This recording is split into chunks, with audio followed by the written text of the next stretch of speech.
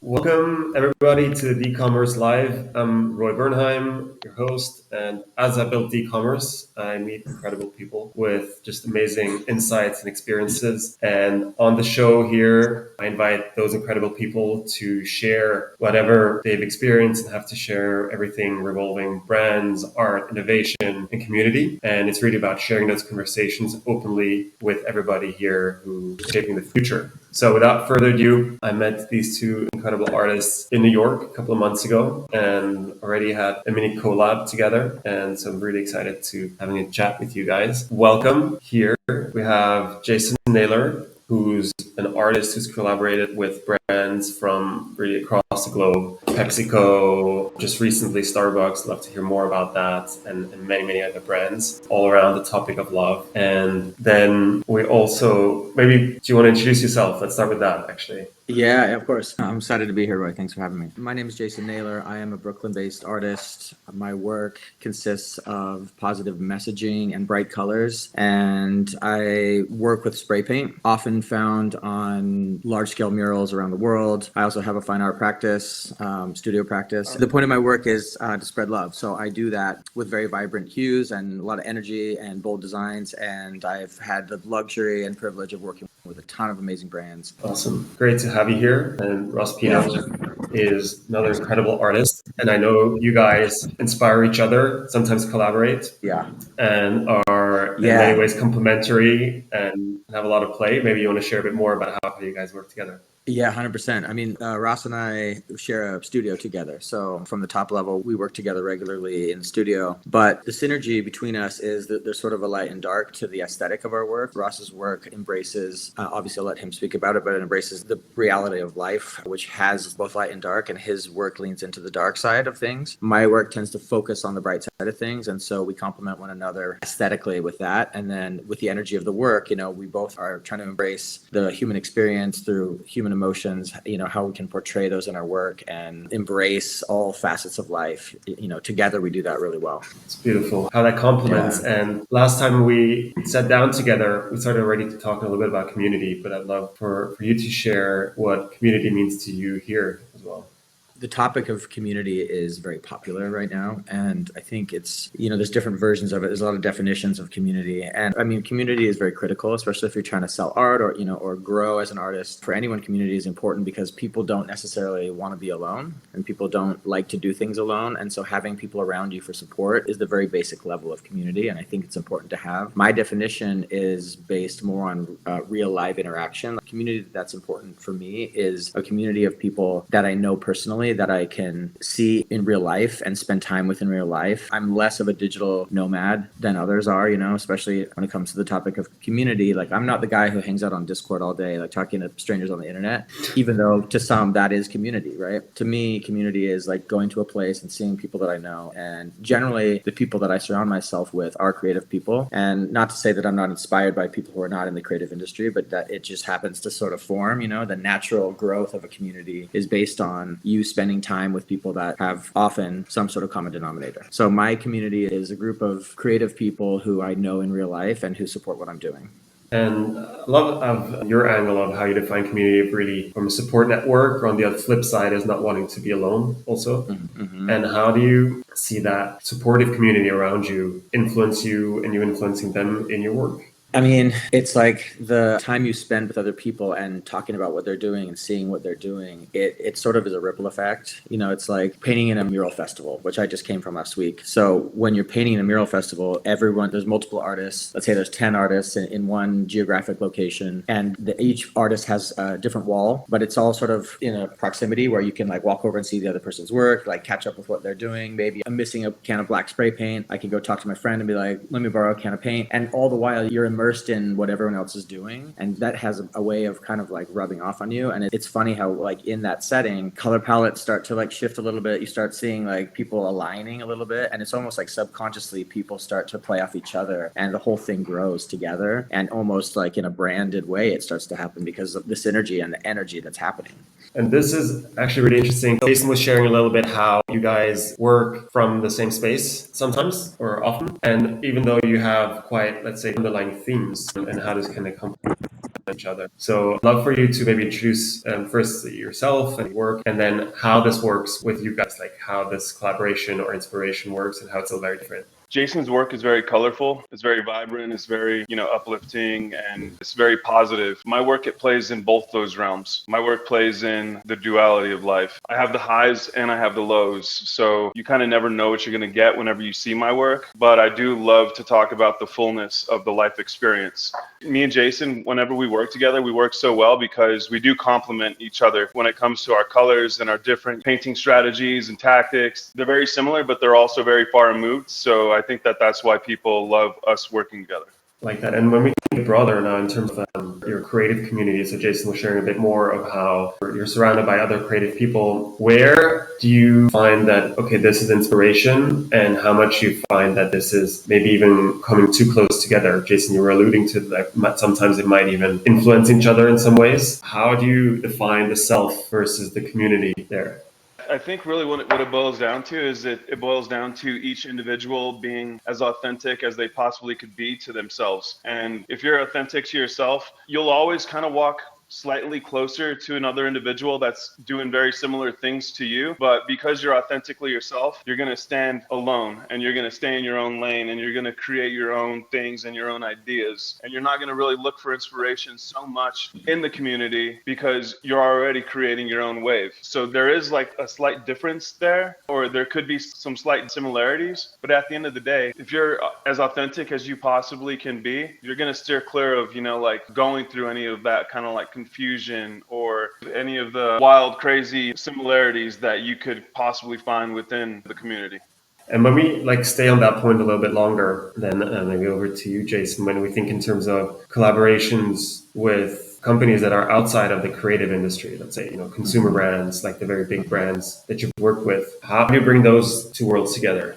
Yeah, I mean, working with anyone is always a collaboration. And collaboration is a good word because I think it sums up a process that includes compromise as well. You're not going to be aligned on everything in any partnership, whether it's working with a friend or working with a brand, And so collaboration, it includes the push-pull and the give and take of trying to align objectives, aesthetics, and ideas. And for me, working with brands is easy because there can be challenges, but it's generally easy for my work to fit with brands because it has such a uplifting value system to it. And so it's easy for brands to say, we want to do something positive, and this is an artist that's doing something positive. And so conceptually, my work easily aligns with many brands. The process can be challenging. It is a push-pull. And I think because my color palette is so expansive and I do have some flexibility with the way that I create, I can usually find common ground with a brand and we can do something cool together. And for example, I just finished a mural for Starbucks, and Starbucks is an interesting brand because they are very corporate, and I say this with love, but they're very corporate and they have a lot of codes. They have some constraints that their brand comes with. And so in order to work with Starbucks, you kind of have to fall within their constraints. Otherwise, they're not interested. So I had to change a few things about my design for them in order to accommodate their brand codes. And I did it in a way that felt on brand for me, but it was a push-pull and it was a matter of compromise. And so,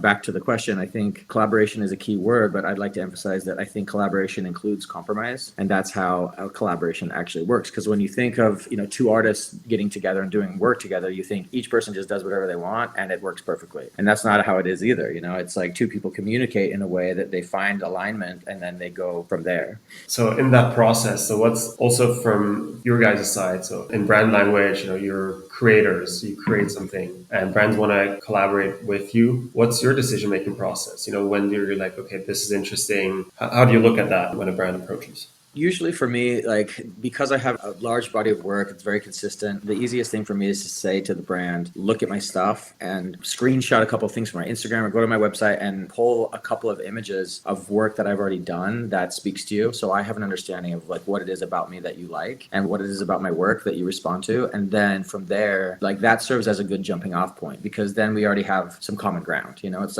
I've created this thing. I'm obviously not going to recreate it for them, but I can do something similar if that's what they like. And if you look at my body of work, it's very consistent and aesthetically it all looks very similar, but each piece is unique, of course. And so it's important to understand what it is that they actually like about the work that I've done.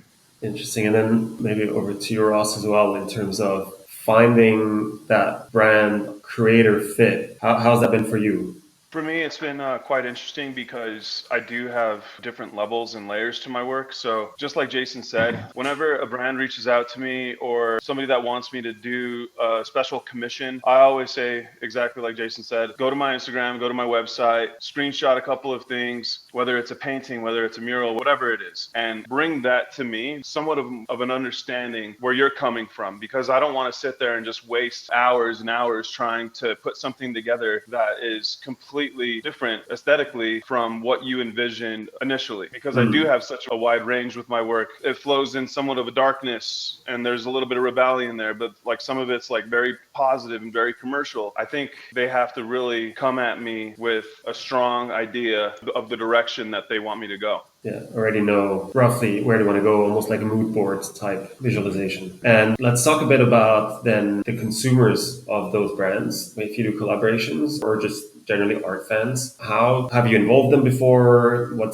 you have any experience with that? How's that been? When you work with a brand, I don't think too much about their consumer. I expect them to come with that information to me. If there's a marketing person that's involved in the project, they should be supplying me with this is who the consumer is. Even if it's not directly, they should be saying this is our audience, this is our consumer, these are our people. And so these are the objectives that we have based on our own knowledge of our own consumer. So I really don't have to think about that too much. It's sort of like that's a second layer to it.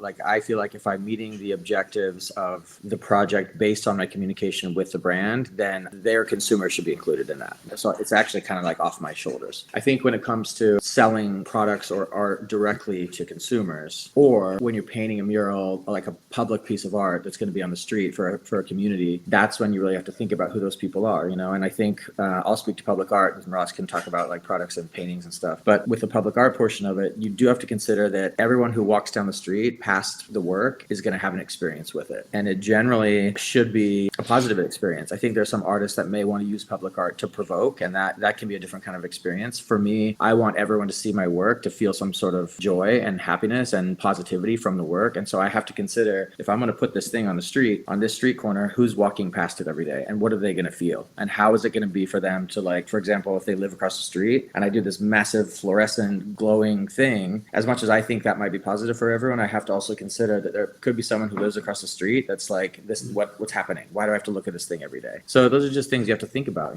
like who is the audience and how do they fit in, because they do play a big role. Well, and yeah, what about you, Ross? How do you think about even, your community, people that have bought your art? Working with brands and my community, I don't really pay very much mind or attention to what other people think and care about my work. If you vibe with it, I love that. If you don't, and that's cool too. At the end of the day, I just want to be as authentic as I possibly could be to me and mine. And whoever comes into my circle and vibes with me, that's my community. That's my tribe. I'm not here to please every single person. I'm here to do justice and due diligence on behalf of myself to be as authentic as I possibly can. Love. So here I can already see the dynamic between the two of you, the two different approaches of best friends. And is this something you guys discuss, those approaches, or you just do your thing?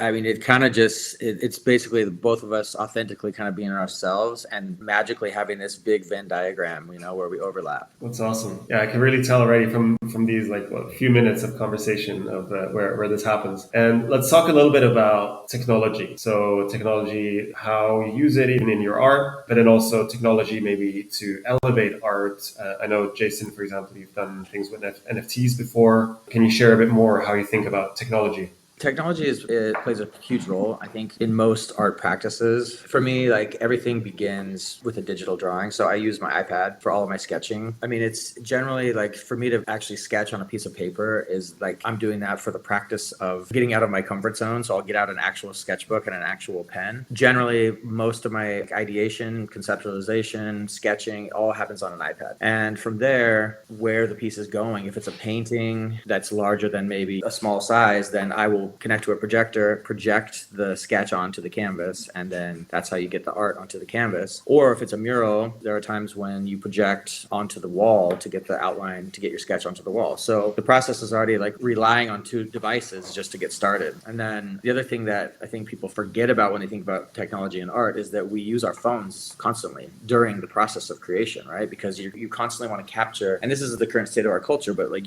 we're in this constant state of needing to capture what we're doing. And for me, it's a combination because I want to share what I'm doing actively and currently, but it's also, I want to be able to create video content of the piece after the fact, the making of. And so it's kills two birds with one stone. You know, while I'm painting, I'm pulling out my phone constantly to document what I'm doing so that I can share it, but also so that I have that content of the process to later use. And then again, with the phone, once the thing is done, where do we put it, right? We put it on some platform. So it's Instagram or Twitter or in LinkedIn or whatever. Like we go share the work. And that's part of our role in the communities that we build, right? Is to share what we're doing, but still we're like connected to a device. So my actual painting is very analog because I just use spray cans, but the ongoing like sidekick of the process is one of many devices. And then just to speak on NFTs, I've been involved in crypto stuff for many years, and NFTs fell into place because of that. The culture of NFT has been somewhat of a roller coaster for the past 3 or 4 years. I got in very early with it and was able to like do some exciting stuff with NFTs. I've since kind of stepped away from it because I find the community around the passion for NFTs is a community that I don't enjoy participating in as much as actual community in New York City, you know, artists that I actually can hang out with in person. And going back to what I said previously about digital nomad communities, I think they have a place for anyone, but that's not really my world. And so that's sort of been the wedge between me and the NFT practice. Nice. What about you, Ross? Yeah, I mean, technology is a daily part of my life when it comes to the music that I listen to when I'm, jamming out and like creating a piece. Or like Jason was saying, the platforms that we use like Instagram, YouTube, I create digitally. Now that I'm like starting to get a little bit more into like murals, I have to like execute that. I have to show somewhat of a rendition of what I'm doing before I put it on a wall, because there always has to be an approval process. So I can't just like show up with like spray cans and be like, this is what I got. So I'm trying to learn how to be dynamic in that. But there's many things that technology brings, and I think that we're going to start seeing a lot more technology in our daily lives as we move forward. Right now, it's a proper healthy mix for me because I get to do the stuff that I'm doing live on the spot, and it's real and it's physical, and I also get to, like have fun with technology. I tend to appreciate more of like the physical realm and the physical space because to me, it's a little bit more authentic. It's a little bit more thought captivating. I just love the sensation of creating something physical. So technology, for me, it's healthy and I love it, but I really do love the physical a little bit more. Interesting. And if we think a bit more, look into the future now, if you had a brand, let's say a consumer goods brand, and you wanted to do something super exciting with you guys, you want to do something super exciting with like innovative creators out there that really fascinates the audience, what do you think is the thing to do for a brand to, how to think about this, even about a project like this? It's an interesting question. Like, I think like the luxury that we have as artists is that we kind of don't have to worry about that for brands, I think brands are constantly like needing to consider like growth, engagement, obviously marketing, sales, like all these things, and so when it's our job to be a part of it, I think it's almost the expectation that we will be the answer to that question. Mm-hmm. So like a brand is thinking like, how can we do something cool? And the answer is, let's work with an artist. And then I think we're plugged into this role where what we're doing for that brand or with that brand is going to be this cool thing for their audience. And I don't say that in a way to sound like there's pressure around it. I think it's just that's the hype. Like that's the exciting part of being an artist. And so when Starbucks hits me up to say, like, let's do a mural, and they have all these objectives around it, for me, it's like, okay, I'm going to go do what I do best. And that's what you guys need. And so I feel confident that the reason they called me is because what I do is the cool factor. I get that. So it's really, again, back to that, okay, by the time they hit you up, your expectation is also that they hit you up for that reason because of the history that you have of all the things that you've already created. Yeah. I mean, I think artists come with that energy. I say this humbly, like I don't think that because I'm an artist that I'm cool or something. I think that art is cool, and art brings fun and excitement and energy and provocation. Art can be so many things for people. And so being the person that comes with that can provide that for the brand, like that does come with an energy. Would you agree with that, Ross, or do you see completely differently? I completely agree with it. I think that before brands, were even a thing, they became that because of art. They became that because of creatives. They became that because of being able to see things 100% differently than the majority of people, being able to go past social norms and things that were the standard. This is what artists do. And I think that even with brands, they kind of somewhat think like an artist, but it's just in a different way. And this is why they're able to, scale and grow. And because their vision kind of like us. It's just that they don't have the same creative process as an actual artist. They're more analytical versus let's figure something out. Let's be playful. Let's get colorful. I do think that art changes the world. It changes the dynamics that we live in for sure. I love that. Thanks. So what I'm hearing is also like basically for brands' jobs to be able to also work with you guys and make the most out of it is really coming in with a completely open mind, still knowing a little bit the direction, but then coming in with an open mind. And I think that's a beautiful message to end the live with. What I wanted to ask you guys is to share where anybody, listening here, where they could find you, follow you, your Instagrams. Yeah, that's cool. I mean, I love ending on the concept of opening your mind. Let me just plug myself really quickly because my brand is all about opening your heart. And I think it's the same thing really, but I love this idea of like everyone having a more open mind, a more open heart. And like, that's how we make the world a better place, and art can be that vehicle, but it doesn't even have to be about art. It can be about just human beings being open to other human beings. So I love that. I'm most easily found on Instagram and it's at Jason Naylor. Love it. And thanks for bringing this up. And I think this could be another whole half an hour now, how to, to go from the mind. And I heard analytical before, Ross, you were talking about how, for example, brands are very analytical to go more into the heart and how you guys do that. And what about you, Ross? Where can people find you? Well, you can find me at Pino88 on Instagram. That's where I'm heavily present. I guess if we have some closing words or whatnot, believe in yourself and be so delusional that people think you're actually crazy, but do it with strategy and make sure that you're passionate and you love what you're doing. Love that. Strategically delusional. Take that with me. I like that. Awesome. Well, thank you so much, guys, and catch you offline. Yeah, man. Thanks for having us. Yeah, it was so nice to have you guys. Really. Thanks so much for sharing and see you later.